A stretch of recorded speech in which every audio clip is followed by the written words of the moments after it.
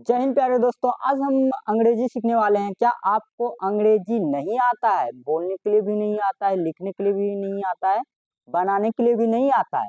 तो आज हम ये क्लास में जानेंगे बोलने के लिए और पढ़ने के लिए और बनाने के लिए भी सिखाएंगे। बनाने के लिए तो इसमें नहीं, और बोलने के लिए तो जरूर सिखा देंगे। तो आइए हम चलते हैं। इसी को बोला जाता है स्पोकन इंग्लिश। स्पोकन इंग्लिश जिसको हम बोल सकते हैं सही से, ठीक है। तो हम बोलने के लिए कैसे सीखेंगे? जब तक हमको वर्ड मीनिंग याद नहीं होगा, वर्ड याद नहीं होगा, तो अंग्रेजी हम कैसे बोल पाएंगे? तो चलते हैं, हम कैसे सीखेंगे। तो पहले हम देखते हैं, इधर है हिंदी, इधर है अंग्रेजी। तो देखिए, खाना का इंग्लिश होता है ईट, पढ़ना का होता है इंग्लिश रीड, घर का इंग्लिश होता है हाउस, रोना का होता है इंग्लिश वीप, और हंसना का इंग्लिश होता है लाफ, उठना का इंग्लिश होता है राइस, बैठना का इंग्लिश होता है सिट, और बात करना का इंग्लिश होता है टू टेक, और आना का इंग्लिश होता है कम, जाना का इंग्लिश होता है गो, पीना का इंग्लिश होता है ड्रिंक, और पानी का इंग्लिश होता है वाटर। तो इतना तक आपको अगर याद ये सब कर लेंगे तो आप जल्द ही सीख जाएंगे अंग्रेजी बोलना।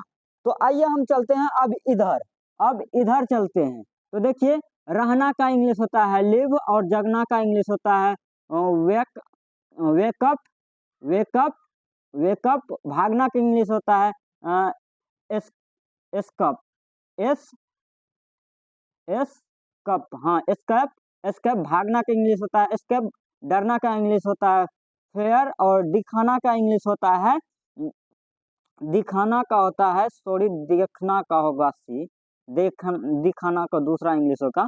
तो देखना का इंग्लिश होगा सी, देखना का इंग्लिश होगा सी, टहलना का इंग्लिश होगा वॉक, दौड़ना का इंग्लिश होगा रन, बाजार का इंग्लिश सॉरी मार्केट होगा मार्केट,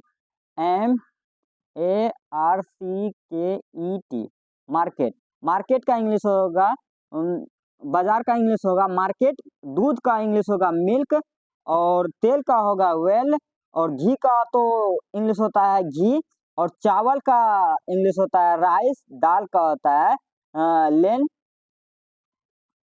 लेंटिस टिस्ल लेंटिस्ल, दाल का होता है लेंटिस्ल।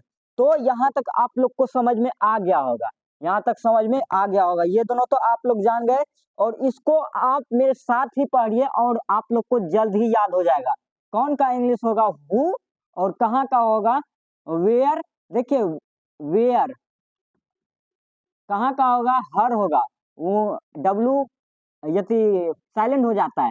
कैसे का होगा हु, और क्या का होगा व्हाट, क्यों का होगा वाई, किसका होगा हुज, जिसका भी होगा हुज, और कौन सा का होगा विच ऑन, यहाँ का होगा हर,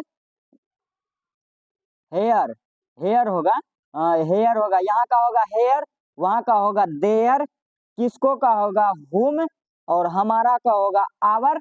और इधर देखते हैं, है का होगा आर, है का होगा इज, था का होगा वॉज, और थे का होगा वेयर, और थी का भी होगा वॉज। तो यहाँ तक आप लोग को ये समझ में आ गया होगा।